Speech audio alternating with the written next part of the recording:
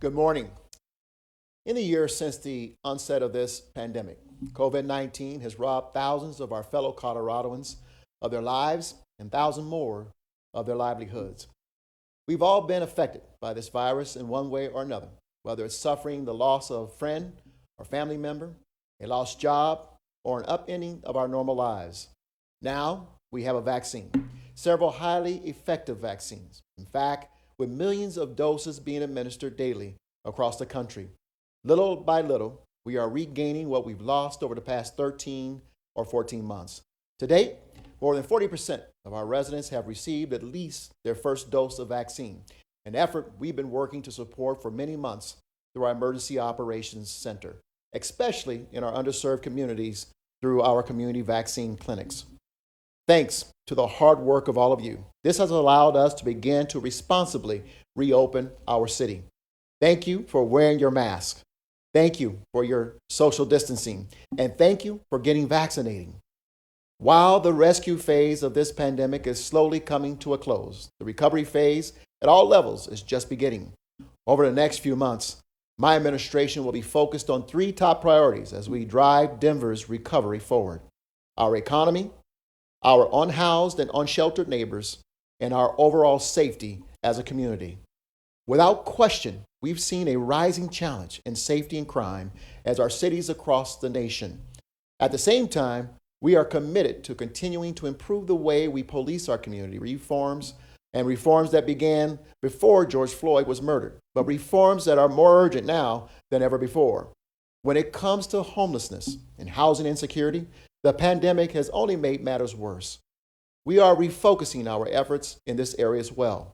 But today, we're going to highlight how we intend to get our economy moving for those workers and businesses in sectors that will be foundational to our success in the wake of this pandemic.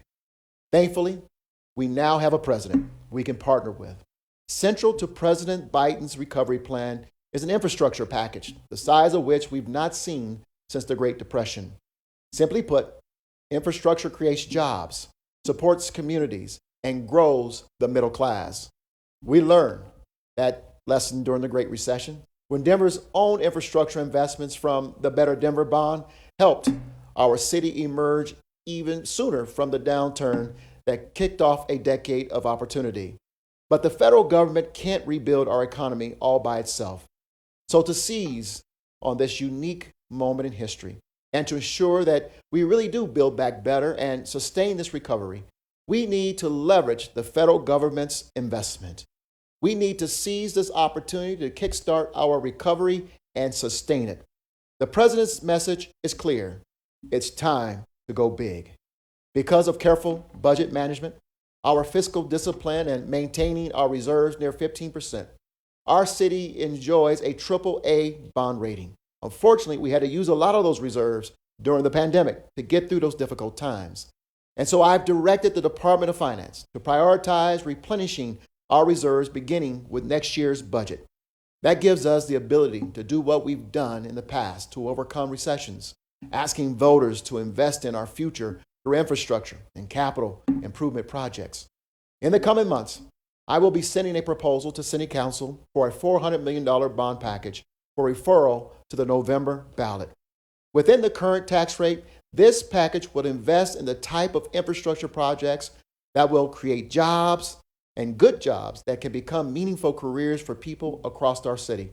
Accelerate and reinvest in already approved capital projects that have been particularly impacted by the pandemic, and support Denver neighborhoods, communities, and families so we can recover and come back stronger than before, and help our local businesses regain the ground they lost in COVID-19. In the coming weeks, we will be engaging with members of City Council and our residents to help determine what will be included in this package to make the broadest impact across our city, not just in the near term, but for years into the future. But as the president has urged, infrastructure needs to be more than roads and bridges and buildings. And it reflects a shared goal. As we recover from COVID, we recover in a way that addresses fundamental changes in equity, workplace training, and jobs for the future. While we will use the same tools to build back better from this recession, we will use them differently to address the unique situation before us. We know all too well that this pandemic has hit certain industries and their workers the hardest. Industries like construction, restaurants, hospitality, and tourism. These are some of our most historically marginalized workers, and they took it in the teeth with higher unemployment and lower job opportunities. Coming out of this, to the tune of an 11% decline in these jobs mostly filled by people of color and women. Equity in this recovery will mean prioritizing their recovery first and foremost. With the funding Denver will receive from the American Rescue Plan, we will restore essential city services that were cut over the past year, and we will make key investments in the human infrastructure that supports people and families. We will close that digital divide with quality, convenient internet to provide more and cheaper access and support children and families who struggled while learning and working from home. We will strengthen families and communities with expanded childcare and financial support for workers and businesses as people return to the workplace. We will help our local businesses like hard-hit restaurants by continuing Denver's outdoor patio expansion program all the way through October of 2022. We will help people train for careers, not just jobs in our new emerging industries like clean energy and climate action. And as in the past, we will leverage the economic power of Denver International Airport. The airport leadership team is busy preparing a continued investment in this world-class facility and infrastructure, boosting customer experience, improving safety for all passengers, and harnessing its global competitiveness. In the coming months, we will also execute on plans to develop expanded partnerships with the airlines and concessionaires. This is the kind of human infrastructure that builds futures, builds economic sustainability, and builds equities. These and more are the tools we will deploy to help Denver build back better, stronger, and more equitable. Our goal in recovery is to surpass where we were before COVID-19, set us back, to build back in a way that creates a broader foundation for more people to prosper and seize opportunities. In the coming days and weeks, we will have more on our economic recovery efforts, as well as how we'll be addressing public safety and new investments in services for unhoused residents and those in need of more affordable housing. From the president to the governor and state legislature to right here in Denver, every level of government is moving swiftly and boldly to get this country, our state, and our city back to work. We've faced these challenges before and come back stronger. And you know what? We're going to do it again. I look forward to engaging with our residents on what's to come, hearing their feedback and their proposals, and getting our city up and running. I'm now going to turn it over to Eric Haraga. Eric is Executive Director of Denver's Economic Development and Opportunity Division to provide more of these economic recovery strategies. Eric?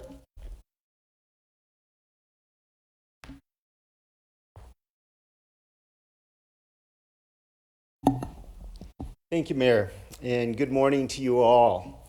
Just over a year ago, Denver held the crown as one of the nation's most prosperous cities. And following the Great Recession, Denver had one of the strongest economic recoveries in the U.S. In 2011, Mayor Hancock inherited the great task of managing this recovery. And that wisdom, along with lessons learned, give us great confidence that we will once again emerge strong.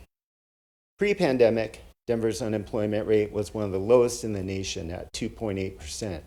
By April of 2020, Denver's unemployment peaked at 13.4%.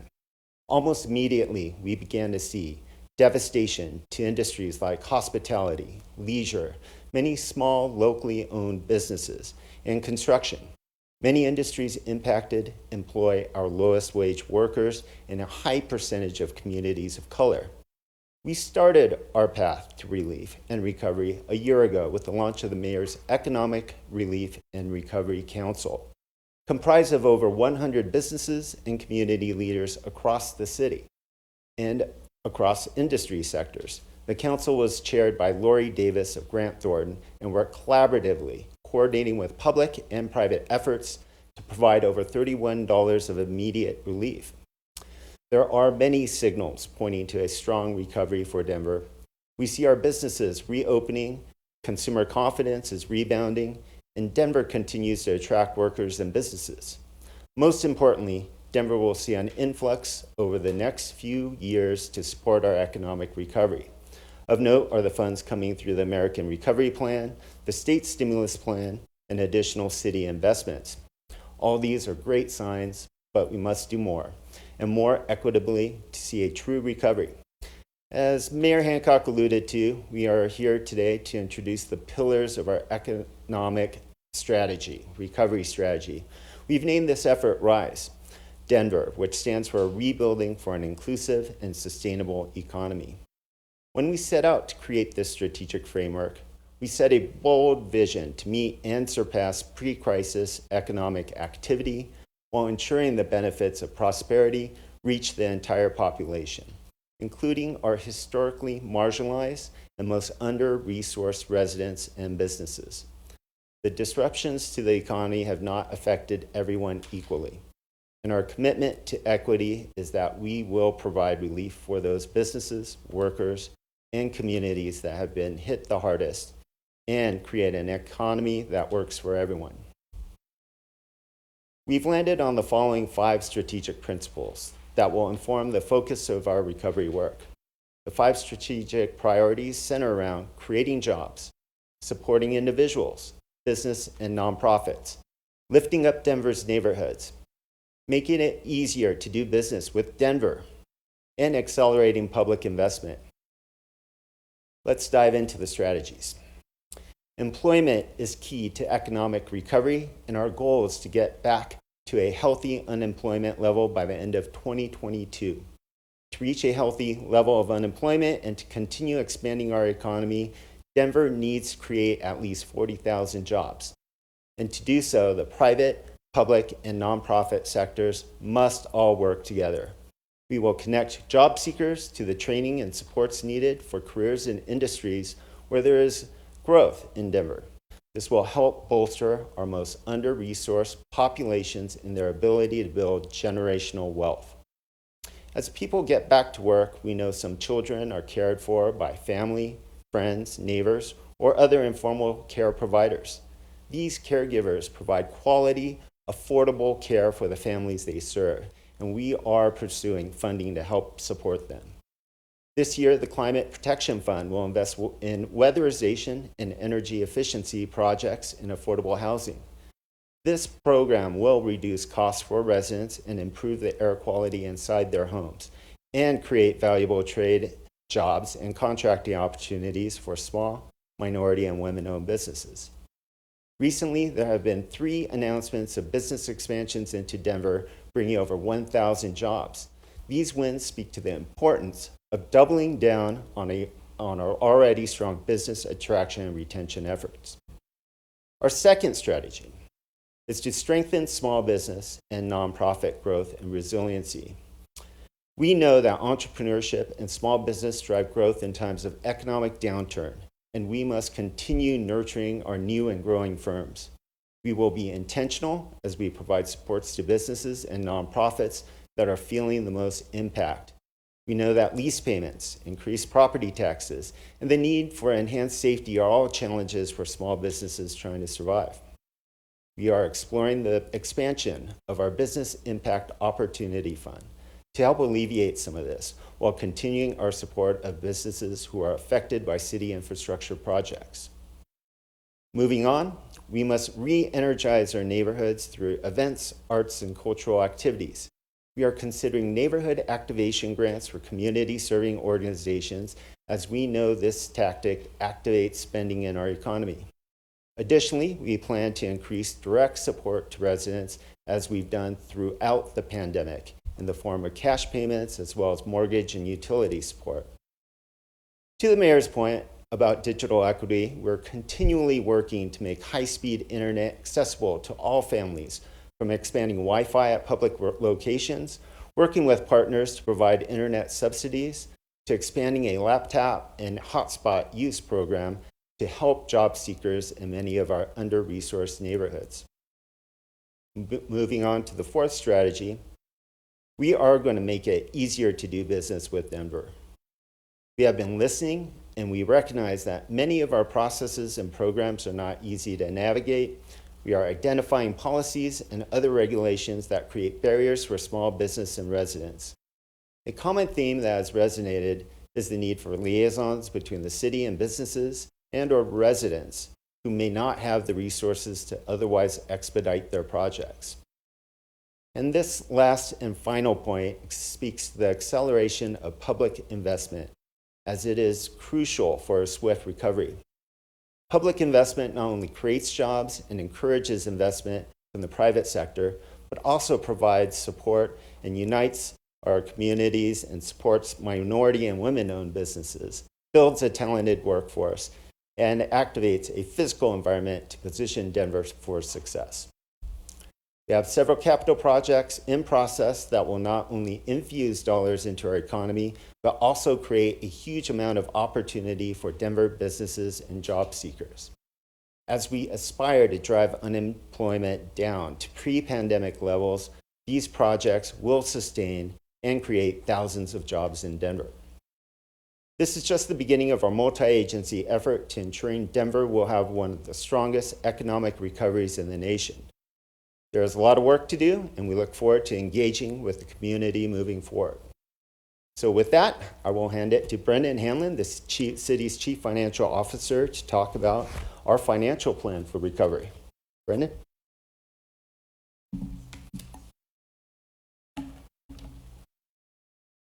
Thank you, Eric. Thank you, Mayor. Good morning. My name is Brendan Hanlon. I'm the city's Chief Financial Officer, here to talk about our financial plan that will support our recovery. Financially, Denver is on a strong trajectory to be able to address our immediate needs and fund our long-term recovery, even throughout the challenges we have faced over the past 13 to 14 months in our financials.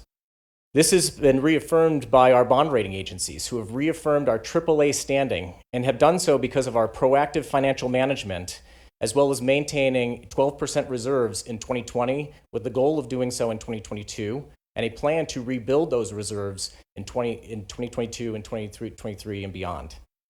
We have multiple financial tools at our disposal over the coming months and years. In May, we're going to be working with City Council to issue another round of COVID relief funds that were awarded to the city in 2020. This will be our fifth round of funding and will support communities and businesses across the city, as well as emergency response. In May, we also expect to receive funds from the federal government around the American Rescue Plan. I'll talk more about that in a little bit. These funds will be available to the city through 2024. In 2021, we will continue to deploy the voter-approved Elevate Denver bond program to complete community-selected projects across the city, and the Elevate Denver bond funds will be available to us throughout 2026. And today, the mayor announced our initiation of a new GO program of $400 million that would be referred to voters this November. Those funds will be used to help sustain and create jobs, address our infrastructure backlog, and match any additional funds that become available by the federal government this summer. It is exceptionally important that we continue this trajectory that is positioned us so well in the past to recover economically. The value of going for a new GO bond program and infrastructure programs is significant, and it is built off of lessons learned from the Great Recession and before.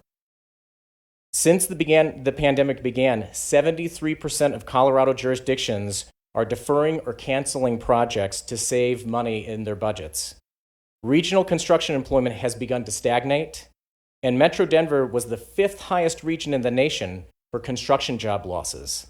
Infrastructure investments need to be invested in and initiated to prepare our local economy to sustain and create jobs, and that work needs to begin now. For every $10 million spent on construction, 130 jobs are created, and those workers receive $8.5 million in labor income. For that $10 million investment, there's a $20 million economic output, doubling the initial investment. We have done a lot of work already in engaging our community on developing projects. We are not going to start from the beginning. We will look at the 5,000 projects that are contained within our current 6-year plan. Those projects total nearly $4 billion worth of opportunities for us to invest in.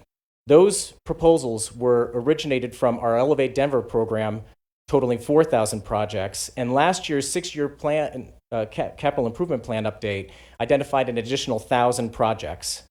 We have engaged city agencies and city council to start determining those priority projects, and those infrastructure investments will include workforce investments. So no matter the program or asset that we will select, workforce will be a major tenet of our GEO bond program and will be a major tenet of any federal funding infrastructure that we will be receiving.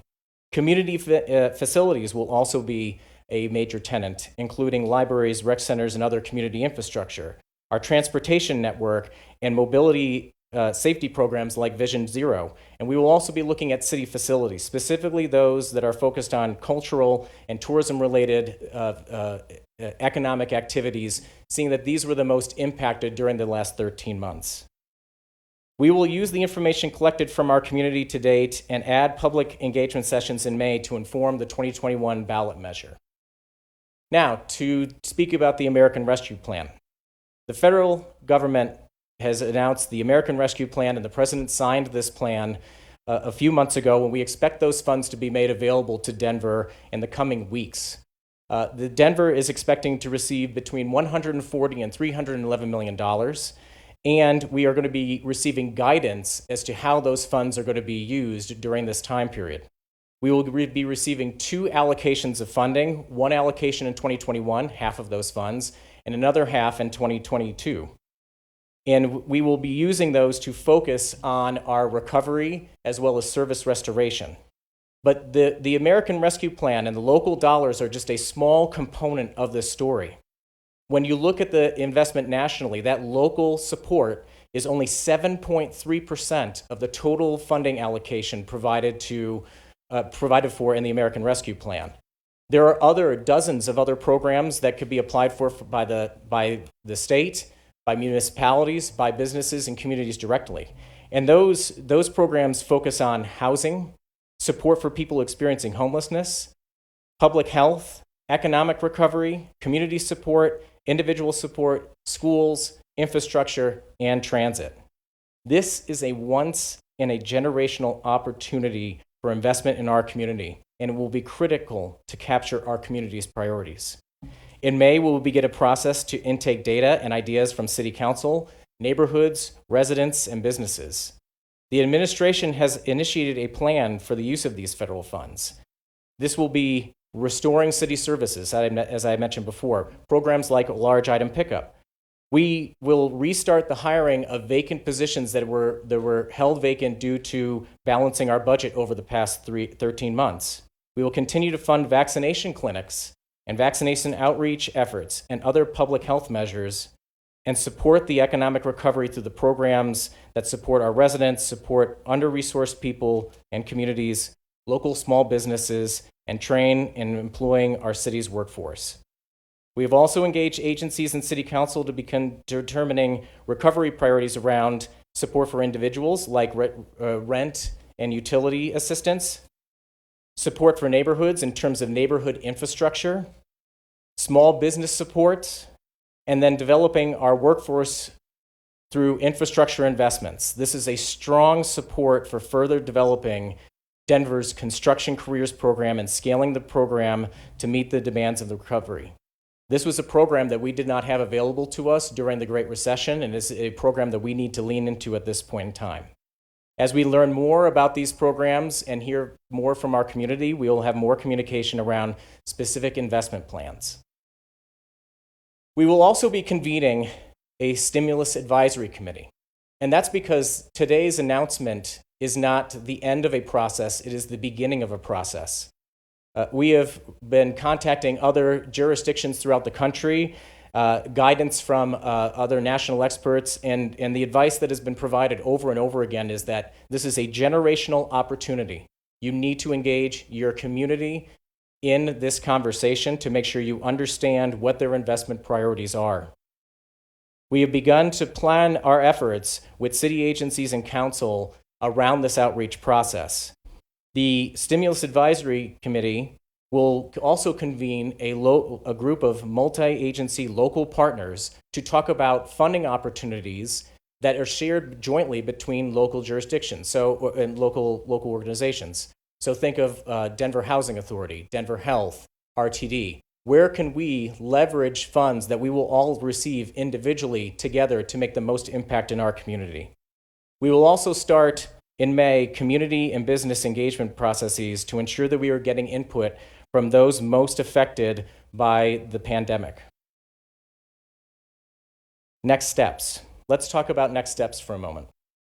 So we expect to receive guidance from the federal government on the American Rescue Plan by May 11th. That will inform both the amount of funds we get as well as the guidance that we will receive as to where those dollars will be allowed to be spent. We will also be around that time convening the Stimulus Advisory Committee to then kick off that process to convene our local partners, but also have a community and business outreach at the same time. We will be holding public meetings in a virtual fashion. We're going to be trying to make sure that we have as many different ways of engaging with our community, considering that we are in a very different posture and we are not going to be able to meet in person as we have in the past. But we're going to do that around business supports, community supports, and infrastructure investments. Over the coming weeks, we will deploy another round of our coronavirus relief funds to the community in partnership with City Council. We are also very hopeful of an announcement around the American Jobs Plan this summer, which will invest more in our infrastructure, not just in Denver, but in the region and across the country. If those funds, if approved, will bolster our economic recovery and the local investments we intend to make in our 21st century infrastructure. And please, take away from my talking points, infrastructure includes the workforce that is used to deliver that infrastructure investment.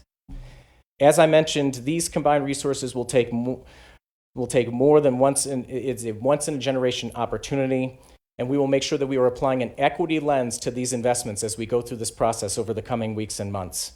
We will partner with City Council, community leaders, and organizations to gather new input from the community and form our investment priorities. And we intend to refer the measure for the GO bond, that $400 million investment, to voters in the summer to be on the ballot this November to support our long-term financial sustainability. Denver is on the cusp of a strong recovery, backed by a strong financial plan that leverages state, federal, and local resources. We will capture the voices of many, and we will use our equity principles to create an equitable recovery for all Denver residents. Thank you. I'd like to turn it back over to the mayor.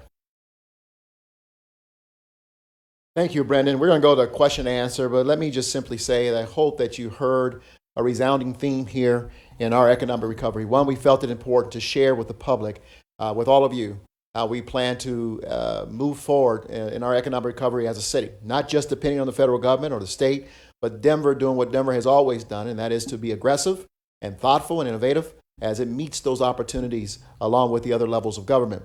That we're also going to be focusing on as priorities: human resource investment, and of course the physical infrastructure investment of our city. And so with that, let's turn it over to Q&A, and we'll try to answer some of your questions. All right, thanks so much, Mayor. I'm going to go ahead and just go down the list that we took earlier. So Vinny, let's start with you. Vinny from Bloomberg. And remember to *6 to unmute yourselves when it's your turn to ask a question. Vinny, do you have a question?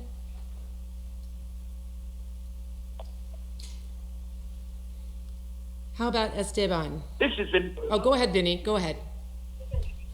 I'm sorry, that took a little bit of a delay there. This is Vinny Del-Giudice from Bloomberg News in Denver.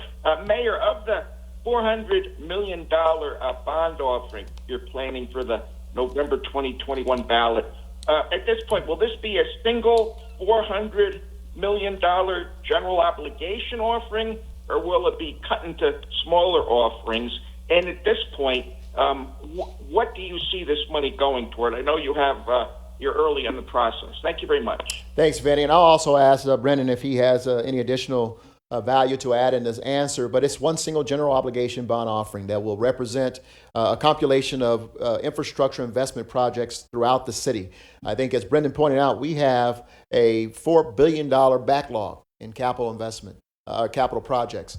And this investment allow us at least take 10% to begin investing to sustain our economic recovery, creating jobs, but also, again, to meet the significance of this moment with potential federal dollars flowing in and our local investment happening. We get a chance to match. We also get a chance to supplement some of their investments and complete certain capital projects. Anything additional? Thank you, Mayor. Thanks for the question. I think it's important to remember that we go through a community process to help select those projects and that project list. My guess is that we will likely end up with multiple questions on the ballot per TABOR requirements, but the mayor is absolutely right. This is an opportunity to think about leveraging other folks' dollars, not just the GO bond, and looking for those multi-partner investments, even with a tool that we traditionally use just to fund our own infrastructure. This federal program is a tremendous opportunity for us to leverage. And Vinny, just to summarize, I think the best way to sum this up is Denver is not looking to be done to, we're looking to be do with our partners going forward. Go ahead. You had a follow-up up there? Go Yes. ahead, Vinny. Okay, thank you. Mayor, is the economy at this point in better shape than you would have imagined a year ago when the pandemic struck? It was quite a dark period. And if so, why? Thank you very much. Yeah, I think that's a fair assessment, Vinny. This is we are doing better than I would have anticipated, because there were some pretty dark moments during the 2020 season of the pandemic. I think that has a lot to do with the resiliency of the people of Denver, and certainly our early engagement of business and civic members of our community in our Economic Relief and Recovery Council that really leaned in and helped us to think innovatively of how we can navigate the protocols and challenges of the pandemic, but also keep some of our small businesses with a lifeline, some sense of a pulse during all of this. They were tremendous in helping us do that. And I think, and Brendan can probably respond to this, they helped us to capture or to save millions, and I'm talking tens of millions of dollars in business activity that otherwise would have been shut down during the pandemic had we not been able to engage them. The mayor is yet again spot on. Personally, I was concerned in the late fall and the winter months about the trajectory of the increase in cases, but I think we've seen that moderation, and I'm taking a lot of confidence in the fact that vaccinations have been on the rise and is giving the community a tremendous a boost in terms of their confidence to transact economically. But we still have a lot more work to do, and that's why I think we're leaning in on this plan, and we're learning from the lessons of the past 13 and 14 months. I think also you can certainly point again to the people of Denver doing what was necessary to get through the pandemic. That allows us to open up sooner and in a more robust manner going forward. But also, I think let's not forget the fiscal policies, and I want you to hear this, that we have sustained over the years, that we save 15% of our revenues, and that we planned for a rainy day. Who knew how deep this would be? And it was those revenues that got us through it. I'm sorry, Teresa, go ahead. Thank you, Mayor. Esteban, do you have any questions? Hi, this is. Can you hear me? We've got you now. Thank you. Go ahead. Okay. Hi, this is Esteban with Denverite and Colorado Public Radio. Can someone provide some examples of what infrastructure projects will be funded by the bond package? Are these new projects? Are they existing projects? And how many jobs approximately will be created by the package? I know that there was that 40,000 figure that the city is aiming for. How many jobs will be created? Sure. This is Brendan Hanlon, the city's chief financial officer. A few questions there. So in one of my slides, I made sure to reference our 6-year plan. That is the plan that has 5,000 projects on it. That is the foundation of our talking point, or our starting point with our community. This is going to be a community outreach process. We're really not here today to announce a series of projects. We're here to announce the beginning of a process to get input, to then refer a measure to City Council and then to the ballot. We will run the math on the jobs, but we're looking at thousands of jobs that would be created by this $400 million investment. But again, I have to stress, we're looking for opportunities to leverage other entities' monies as part of this package. So I think the $400 million proposal is simply a starting point. If we are then able to unlock federal infrastructure investments, that will multiply that investment even further. So it is the beginning. We are leaning into this conversation, but it is the beginning of what we hope is a partnership with state and federal government as well. I'd like to just remind our journalists on the line that we are going to have a more in-depth follow-up roundtable with our executive team following this press event. Next up is Elena.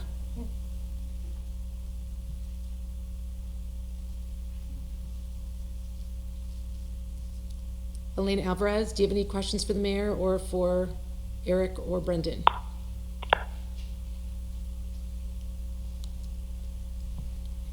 We'll move down to Conrad from the Post. Yeah, thanks, Teresa. Hey, this is Conrad with the Denver Post.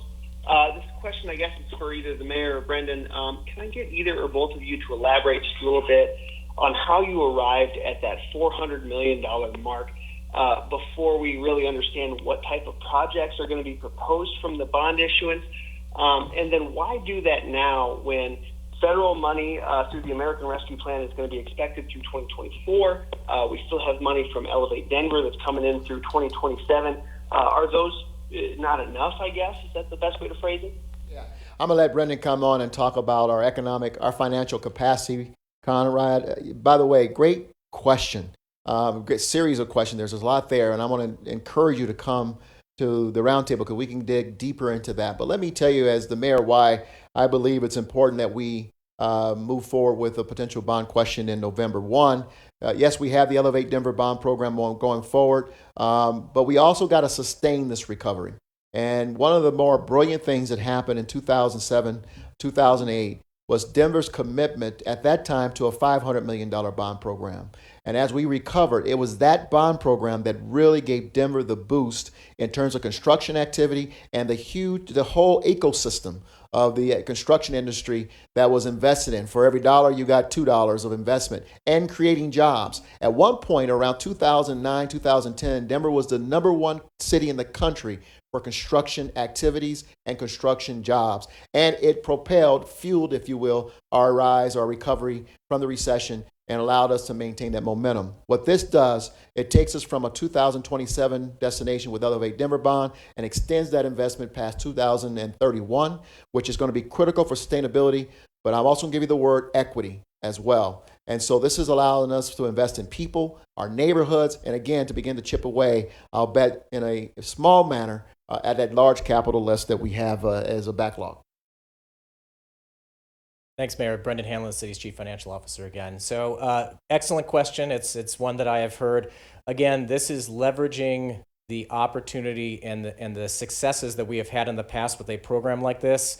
It is also unlocking federal funds when it comes to matching requirements. One of the things I had not mentioned during my PowerPoint presentation is the possibility of a 25% match from local communities to match funds. These funds would allow us to then unlock federal dollars as well. So I'm going to continue to harp on leveraging these dollars as an opportunity. And frankly, the stats that I shared earlier about 73% of municipal projects being canceled, are the city, the metro area is the fifth highest impacted metro area in the country on construction jobs. Now is the time to lean in. Now is the time to repeat the lessons that we learned and worked so well in the past. So we're trying to make sure that we leverage that specific jobs opportunity. You're right that there's opportunities with the American Rescue Plan as well. But remember, we don't know what that dollar figure is. We don't know what the guidance is yet. We are going to be funding a number of the projects that Eric has programs that Eric mentioned as part of our RISE plan through this process after community engagement occurs. But we need to make sure that we're leaning in now, because in order to refer something to the ballot, we have to put this in front of City Council in the summer, and it would have to be voted on by November of this year. If we wait That recovery will just wait a year longer, and we don't have the time. We don't have the time to wait on that recovery. Thanks, Brendan. Go ahead, Eric. Yes, thank you, Mayor. Thank you, Brendan. Just would also like to really emphasize the workforce development aspect of this opportunity here. We are better prepared than we were pre-pandemic. We have our construction careers program, which is currently in pilot mode, but we really want to make that permanent and really ensures Denver residents have the opportunity, get the skills and training to work on these city projects. So it's really doubling down. And we talk about the multiplier effect. It's not only that direct impact of those dollars of that bond issuance, but it's the indirect and induced impact, the impact to our residents, getting these jobs, and furthermore, opportunity for our minority small businesses, women-owned small businesses as well. Thank you. Thanks, Eric. Okay, Hey, Hannah. Teresa, real quick, can I follow up? I'm gonna ask you, hang on one second, Conrad. I'm gonna ask you, we only have a few more minutes left in this event, so I'm gonna ask you to save the rest of your questions so I can get to everyone else for our noon press avail. If Hannah from the Gazette has a question, I want to give her an opportunity. Hi, can you hear me? We can, go ahead.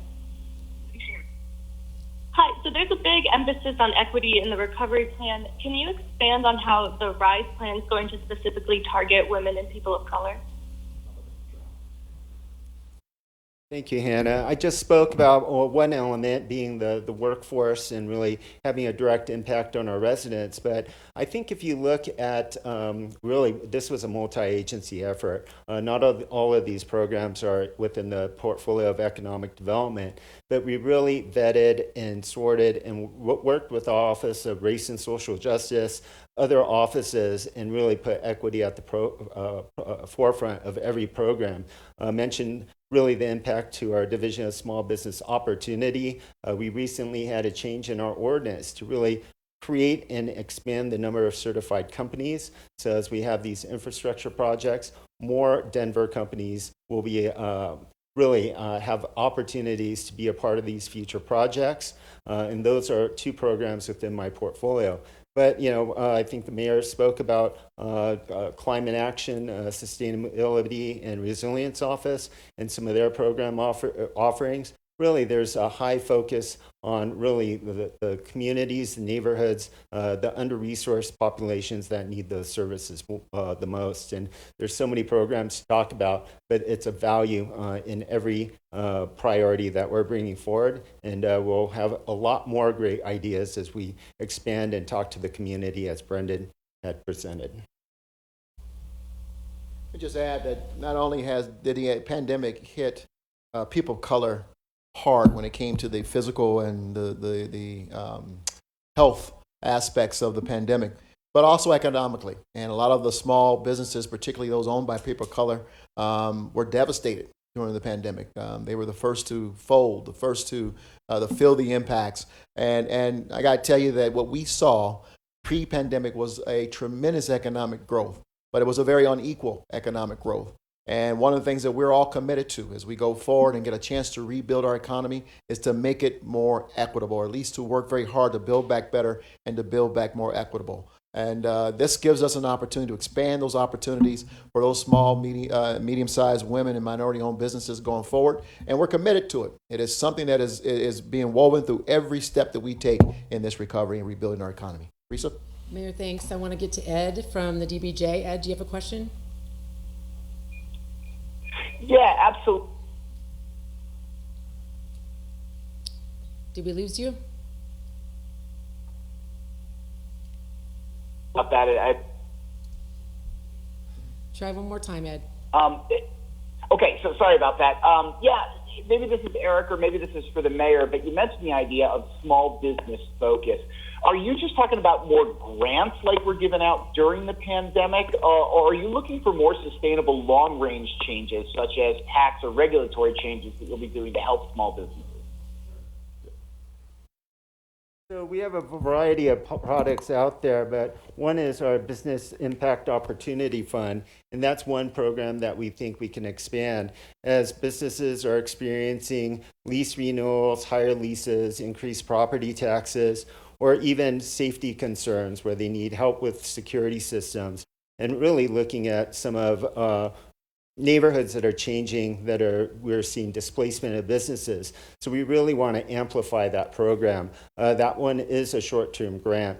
We also have ideas on deck, and like Brendan had mentioned, this is kind of a kickoff to our engagement process, but different products out there. We can amplify and expand our revolving loan program, and there's other ideas out there as well. So I think you're correct in saying, yeah, there are short-term levers that we can pull, but we also need to look at some longer-term products.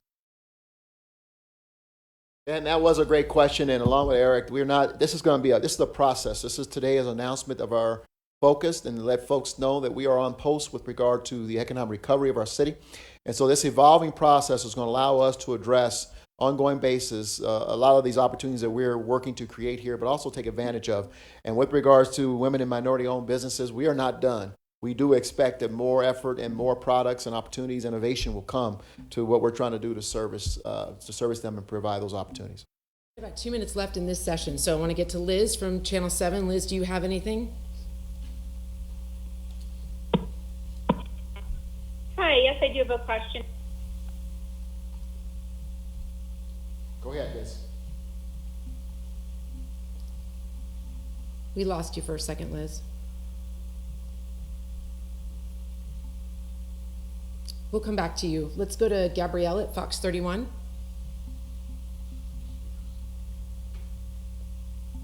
Gabrielle, do you have a question? Remember to *6 to unmute yourselves. Liz, you want to try one more time?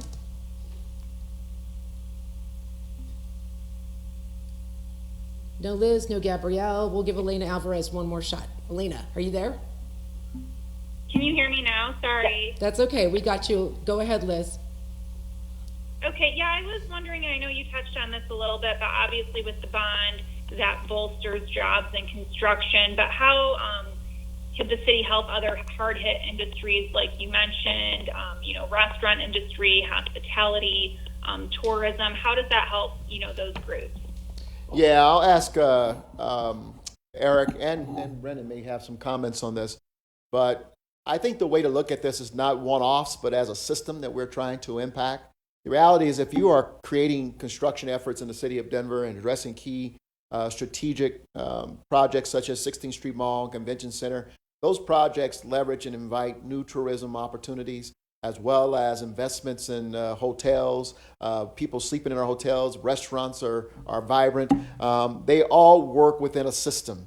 And so that's why we're making strategic investments in Convention Center, 16th Street Mall, Denver International Airport, improving our roads, focusing on safety and security of the city, addressing those who are experiencing homelessness and unhoused in our community.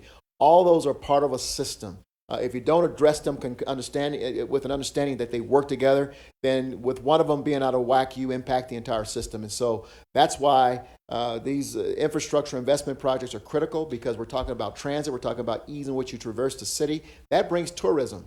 That brings investment in the city. That brings people who want to live in your city, who want to bring their businesses in the city. It all works in tandem for us. And so we see this as a system going forward. Either one, you want to make comment on that as well?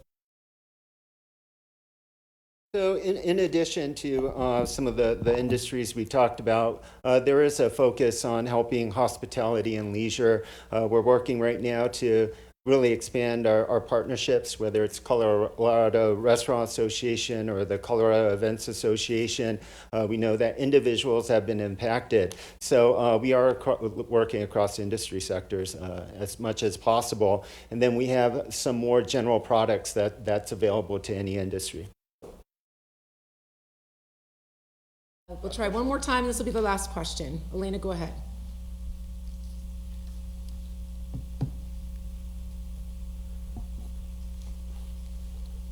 You still there, Elena? Do we have you?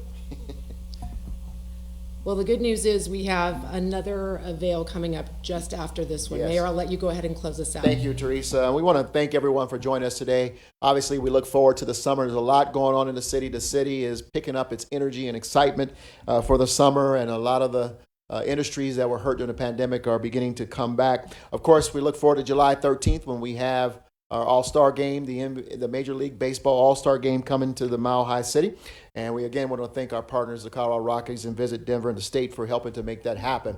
We want to encourage folks to join the roundtable that will take place at noon today virtually. We will have, of course, Brendan and Eric, as well as other officials who will ask even deeper questions, as you prefer, on these issues that we've talked about today as it relates to Denver's economic recovery. Again, thank you all for joining us. Have a great day. See you at noon.